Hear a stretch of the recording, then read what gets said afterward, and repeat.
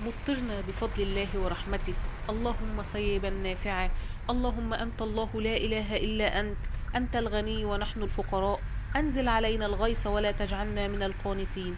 اللهم امطر علينا بكرمك بركات من السماء والأرض.